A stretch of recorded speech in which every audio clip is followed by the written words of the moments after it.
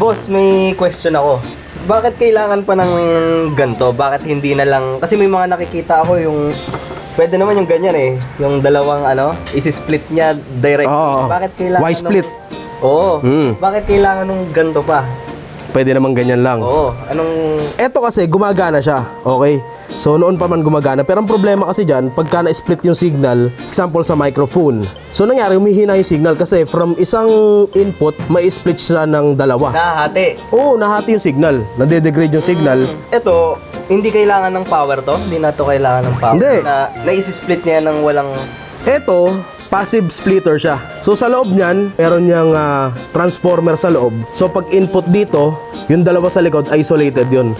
So kahit na may phantom kayo na i-input dito, 'di ba, galing sa mixer, example, yung mga condenser mic, hindi niya maapektuhan yung phantom or hindi tatagos yung phantom dun sa likod. Unlike kasi sa mga ganito, 'di ba, mga example, Y-split lang. So kung yung isa nagbigay ng phantom, since naka-parallel naka-split lang siya, so yung phantom tatagos din sa kabilang mixer. So pwede pang mag-cause yan ng pagkasira. Kunyari, ito yung magbibigay ng phantom, pupunta rin dito. Oo, kasi naka-parallel lang Unlike dito, ma-isolate. Oo, isolated. So yung magbibigay ng phantom dito, hindi tatagos yung phantom sa likod. Signal lang. Safe ang mga gamit. Pero may question pa ako, boss. Ano? Anong kagandahan naman itong bakit itong brand na to yung napili? S8, ito kasi, kagandahan sa splitter na to, very transparent siya. Tapos, pag nag-input ka dito, unlike kasi sa ibang splitter, no? Pag nagsaksak sila dito, pagdating sa direct output, merong loss na 6 dB. Gain suck? Oo, nag-gain suck siya. So, ibig sabihin, yung original mo na signal, nagkaka-loss siya.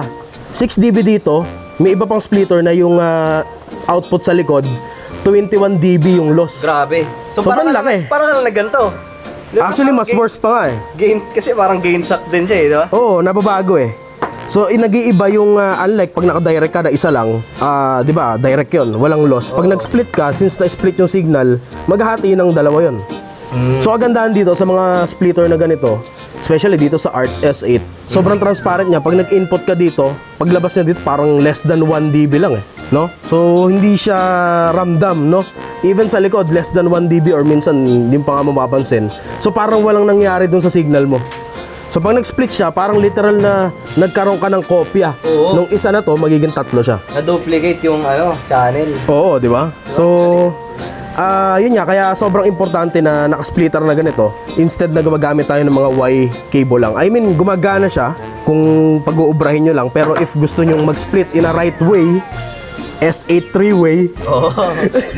All goods, diba?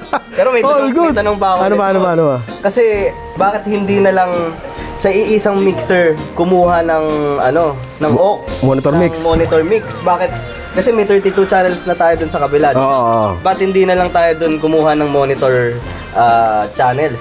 Bakit kailangan may separate pa tayong mixer at i-split pa natin ng ganito? So, nagiging komplikado pa, diba? Oo. Actually, pwede naman yun. Di ba dati nga ang rig nyo, eto lang, nandito na yung FOH, Yan na yun. left, right, siya na rin yung monitor mix. Kasi kaya naman talaga. Ginagawa yun ng napakarami. Even sa mga festival, ganun setup May mga nag-setup pa rin ng ganun. Pero kasi, ang ginagawa kasi natin dito is mabigyan ng independence yung dalawang nagmi-mix. So sa sistema kasi natin yun, di ba? Ako yung nagmi-mix ng monitors nyo, tapos si Jumar dun sa FOH. Ngayon, especially sa gain, no? Yun yung pinag-usapan natin kanina, yung gain sharing. May mga instances na kailangan mo ng mas mataas na gain sa monitors compared dun sa pupunta sa FOH. Yan, personal experience ko Di ba? yan. So, Kasi yung gain na ginagamit sa FOH, kapag yun yung gamit ko rin sa monitor, di ko marinig yung vocals ko kahit nakasagad na ako ng volume. Alangan sabihin ko sa FOH, sa sound engineer namin, taasan pa yung gain, di maapektuhan naman yung FOH mix oo, di ba?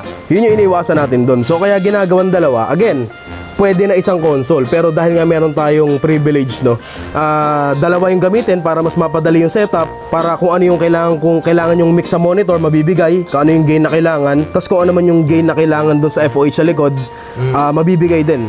Tapos isa pa, bukod dun sa gain, yung EQ. So, anong nangyari kasi kapag same console, di ba pag nag-adjust tayo ng EQ sa channel 1, so naapektuhan din ng EQ yung lumalabas sa channel, sa output 1, Sa monitor. o di ba sa auxiliary. So ngayon, dahil isolated na siya, kahit anong EQ ang gawin natin dito sa IEM mo, gusto mo talagang sobrang Bright. bright. Sobrang bright. Gusto mo talaga kasi bright na bright. Para Kasi yun rinig ang na rinig. Oh, yun yung maganda sa IEM bright eh. Pwede mong gawin yun. Tapos sa FOH, sakto lang yung high.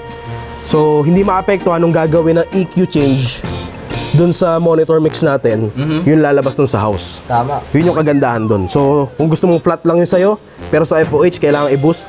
So, pwede. Oo.